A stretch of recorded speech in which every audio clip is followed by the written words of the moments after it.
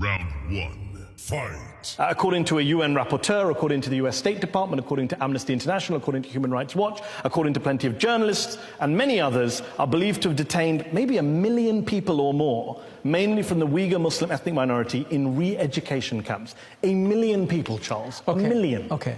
It's certainly not grabbing headlines in China. Isn't that because you don't have a free press in China, so you can't have headlines about the Uyghurs? No, it's because there are 55 national minorities in China, and Uyghurs' population is, in total, 9 and 10 million, I believe, in Xinjiang. Yes, 0.7% of But the world doesn't population. work on percentages. If you lock up 1 million people in camps, the world pays attention. 1.4 billion people need to be fed, need to be clothed, What's that got to do need with to be locking up 1 million educated. people in Xinjiang? That must concern you to hear that 1 million people of your fellow Chinese countrymen and women have been locked If up by it's your true, government. sure.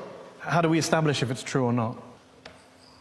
Why don't you let people in to check and count? Then we'll know for sure. I think people have visited. No, they've been on kind of supervised trips with Chinese monitors to select camps where they haven't been able to see everything. In fact, Reuters went on a trip last year. They were taken around, they were allowed to meet some people, and the people sang, "If you're happy and you know it, clap your hands." And Chinese government monitors stood in the room the whole time, and no one was allowed to speak to anyone independently. well, you know, Charles, that there are people who've been in those camps, who have come out of those camps, are now refugees in the US, in Kazakhstan, and they have testified to hooding, shackling, torture, sleep deprivation, sexual humiliation, starvation. This is what's coming out from people who've been in those camps in Xinjiang. If it's true, then they're certainly very bad. This is not my area of expertise, and I'm not involved in the politics, and I've never been to Xinjiang. I'm more concerned about the economic side. Round 2, fight. There's another gentleman, he was very promising footballer. Because he traveled abroad, he was deemed a potential terrorist. He's in a camp, he's not a terrorist. And the last but not least, and it's really important, the peace activist Ilham Tohti, very widely respected individual, he has always advocated that the predominantly Han Chinese should get along with the Uyghurs and vice versa. He was locked up for life for this kind of moderate advocacy on behalf of his own people. So I would say these 3 individuals need to be released immediately. The 1 million Uyghurs and Kazakhs need to be released immediately. There is no justification to bring so much harm to them and their families. They should be able to live in peace and free from fear. Victor, what's your response to that? And Charles, you wanted to come in. Do you know how many Uyghur fighters are fighting in Definitely not 1 million, Syria? Victor. 5,000 people. So why And not lock up those 5,000 people? Each Uyghur fighter fighting in Syria has about 3 or 4 persons in their family fighting together. How does 5,000 fighters go over to Syria? Come on, Charles. Every country has had problems with fighters going out to Syria. Okay. France has endured far more terrorist attacks than China has. Wait, and the French have not locked up 1 million Muslims in France. 5,000.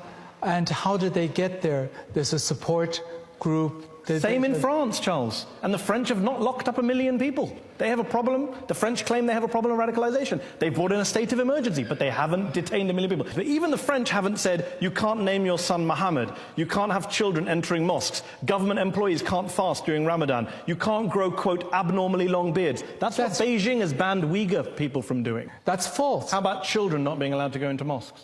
That's totally false. Why is it false? How do you know it's false? Because I've seen the photos of the signs. There are photos of the I have a neighbor, immediate next door neighbor, who is Muslim and who goes to mosque with his children. in Beijing. Yeah. He's not in Xinjiang. On the one hand, you say, don't ask me, I don't know anything about this. But then you jump in to say everything's fake. Final round. Fight. Stephen, let me ask you this. You're listening to Charles and Victor saying this is propaganda. What do we know? What does the evidence suggest to you that you've seen that can be corroborated about what's happening on the ground on a place like Xinjiang? What we do know of the political system is that the Communist Party of China has a monopoly of the truth and a monopoly of history in China.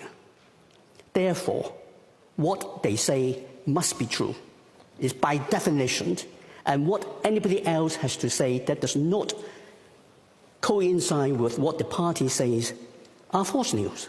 That is what we are dealing with. When we are talking about 1/10 of an identifiable minority in the home country, being identified and put in camps. How would our friends here feel if 1/10 of the native population of Shanghai or Beijing are living in camps? Charles, do you want to answer that? I've never thought about that question. Okay, but he's just posed it. I just don't see it. I don't see it happening. I don't see it possible physically. I just don't see it. I don't see it